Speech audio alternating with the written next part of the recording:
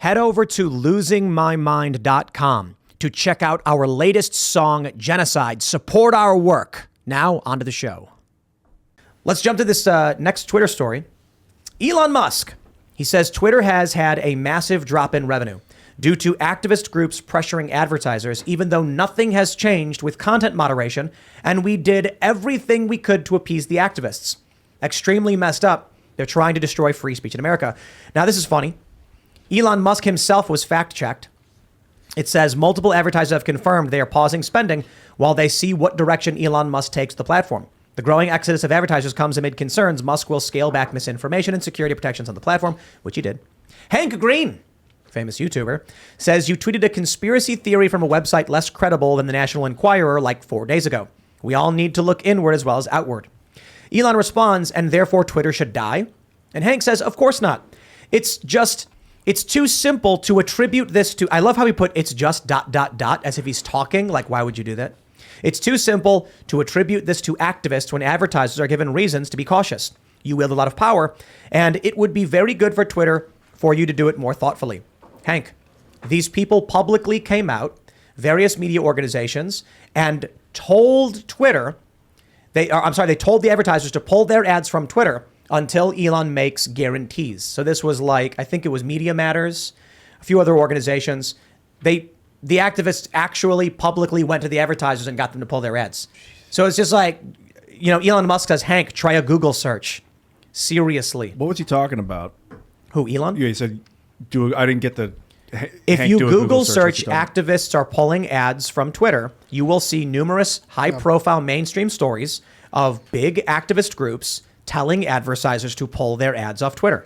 Yeah. Elon tweets that's happening, and Hank says, you can't attribute this to activists. The advertisers have real concerns. Like, no, it was literally activists who wrote the letters and sent this their way. Hank.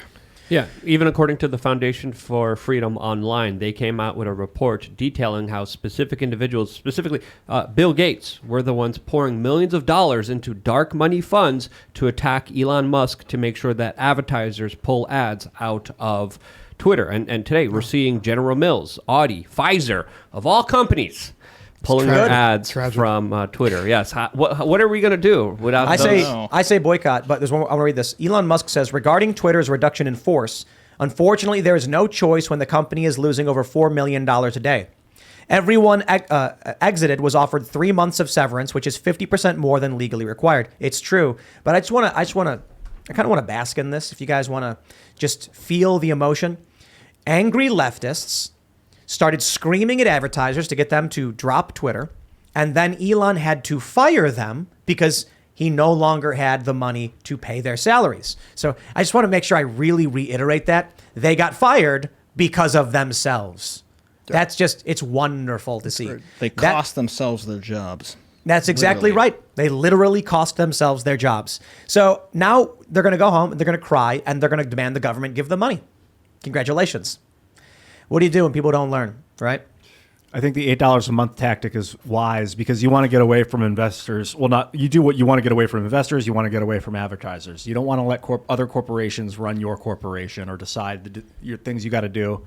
So I'm fully on board with this $8 a month. Well, you never, quote, bite the hand that feeds you. And when it comes to Big Pharma, when it comes to Pfizer, they sponsor a lot of news reports. They sponsor a lot of media organizations. They sponsor a lot of social media organizations, which I think it's fair to say and criticize right now that it affects their coverage, their curation of that particular company that keeps pouring in millions and millions of dollars into these platforms that does result in favorable coverage for them. Yeah. So going back to tribunals. I'm just kidding. So overall, this is a great thing that, yes, advertisers are showing themselves. They're showing their true colors. They're saying, hey, we don't stand by free speech. We don't stand by something that we can't control. We can't curate towards our personal benefit. You having free speech is a threat to us, so we're going to shut this down and we're going to make sure that we're going to publicly take ads off of Twitter to try to bring it all down.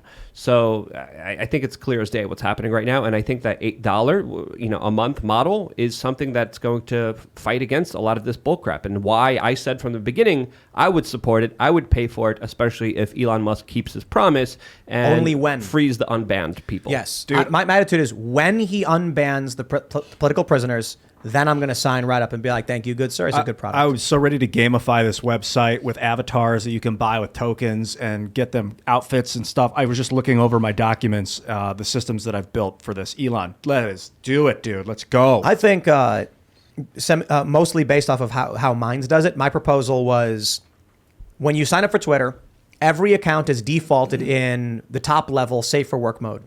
Meaning any post that's not safe for work is blurred out unless you click on it to reveal what that post is. But no shadow bans. If you're following someone and their post it breaks the rules, it gets just blurred. And then you have to choose. It'll say this post broke the safe for work rules and maybe not safe for work. You click it. Yeah. Twitter actually has something like this, but you don't need to suspend or ban people if the rule break is like hate speech or whatever, or maybe like it's some kind of offensive thing.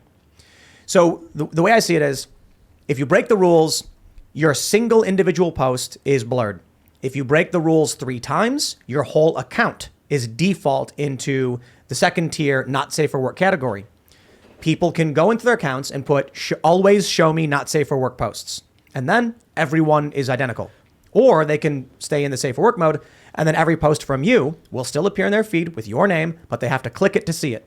That way, advertisers don't appear next to it unless the person chooses to have it appear next to them, and that's not the company's fault. More importantly, if someone lands in not safe for work mode from violating the rules, you can have it be that ads don't appear next to these posts. It's that simple. And then when you get put into this filtered mode, it lasts, depending on the severity of the rule break, between 1 and 3 months, unless you commit a crime. Then you are off the platform, depending on the severity of the crime, for as long as the punishment of that crime is. So like, basically, if you commit a crime, you go to prison. We get rid of your account once you're out of prison and paid your debt. Then you get your account back. It'll be a not safe for work mode for 3 months and then it's restored. And then someone said, what about people who are already banned? All of their accounts instantly get reactivated, but are in not safe for work mode for 3 months and then instantly restored to a normal account. No shadow banning, no algorithmic restrictions. The only change is it's blurred or it's not, and someone can just click it and it unblurs. Good move. Yeah, Minds has a lot of that implemented already with the not safe for work stuff. Yeah. And but the problem is, this isn't about that for Twitter. The problem is they want you gone. If you say something like communism is bad, they want you gone. Who do you mean? Who's they? Like the establishment left, the cult. They just destroyed their own jobs. They would rather see Twitter explode than lose this political power. Yeah. You saw this kind of play out over the debate over blue check marks, right? There is something deeply offensive about the idea of people being able to buy one, as opposed to them being awarded based on what is essentially prestige. Matt Iglesias, I think, is one of the worst analysts of our time, did this thread, and he argued the opposite. He's like, trust me, he's lying. Journalists don't think that the blue check is prestigious. Why are they freaking out over this? No. I can tell you for a fact, having worked at Vice, absolutely, that it was like when I started at Vice, people asked me like, "Oh, do you want to get verified?" They're like, "Let's put in a call and make it happen." Yeah. And that's literally, I think what they did was they emailed, and then I was verified, boom, like that. Yeah, it's a social status and personality. Absolutely, people. And they lord it over you. Yep. But it's not even that. We had, I think it might have been Fresh and Fit. I'm not sure if it was them, but they said when you're verified on Instagram, you get DMs. You DM a woman on Instagram and you're verified. It's like you get a date. The verification, everyone knows what it means. Yeah. These journalists only like a year ago, actually one guy recently tweeted, "I'm verified on Twitter with 30,000 followers. Don't F with me." And he was like talking about, it's a product, like some company did him wrong. And so then his response was, "I am verified with followers and I will." They absolutely view it as a status symbol. 100%. 100%. Yeah. As a social media developer, it is so funny to watch people obsess over their social media stuff, because it is you're a button click away from being zeroed out, just so you know, when you use social media. Stephen King, what did he say? That they should be paying us. Well, he's right, though. They should be. And Elon's agreed to do it. So Twitter is one of the only platforms that doesn't pay its top creators. So that's a good point. Yeah, they started showing you view count on your tweets on mobile or whatever. And it's like my tweets get hundreds of thousands of views or whatever. So Twitter is relying on me to generate interest in being on the platform, and then I get nothing for it. That's why they did the verification thing, because it was a way to not pay people, but trick them to be active on the platform. Yeah. Right. I mean, it worked. I mean, and you see how taking it away from them is making them so angry. I agree with it. I love the idea. It's going to be awesome. So one of the challenges with verification, the reason why they made it exclusive, was because they couldn't afford to look at everyone's ID. There's just too many people. charging $8, Elon can hire people to actually do the verification process. And then what you do when you get verified is like you show an ID and a credit card or something. Something like, I think it's like an ID. For me, because Vice did it, Vice just said, you're good. And they said yes. Yeah. But there are other people who, like, you'll wake up one day and it'll be like, hey, we're verifying you. You'll just, hey, it's happening. And and then they ask you to send your ID or something to prove it. I say, anyone can do it. If you have a business, you just submit, plain as day.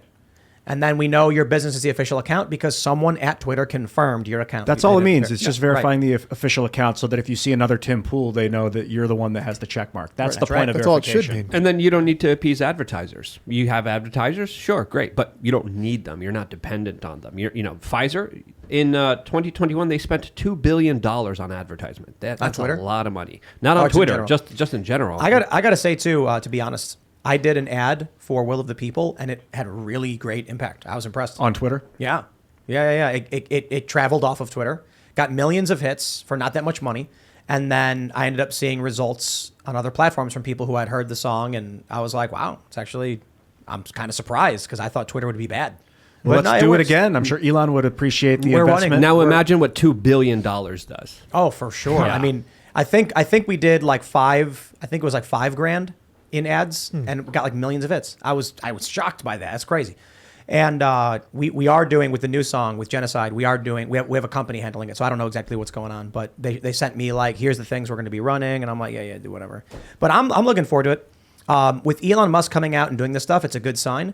I'm totally down for advertising on Twitter. I will sign up for Twitter Blue the moment he actually unbans the political prisoners, because otherwise it's just like, dude, don't. It's Jack Dorsey all over again. He told me to my face, we're going to create a path to redemption. And then he never did. They never had any interest in doing it. And it's insane because why not just let Milo come back on the platform? Like, no, seriously, why not? Be What's the like, harm? hey, you were banned for 6 months. We're sending you this email to let you know we're going to restore your account. And we're asking you to follow these rules. If you don't follow the rules, we will just have to ban you again. We're hoping that you agree. And then they'd get a power user back. But it's ideologically driven. They just want the political victory. Yeah, but Jack was, a symbol, and Jack also didn't get rid of the human rights team. Elon Musk did. So props to him because again, everyone's freaking out. The human rights, they don't understand what the team actually did, the larger effects of it, and it was a net negative to everyone. Thanks for watching this clip from the Timcast IRL podcast. Hang out with us live Monday through Friday at 8 p.m. and become a member over at timcast.com for uncensored, members-only shows exclusive. Thanks for hanging out, and we'll see you all next time.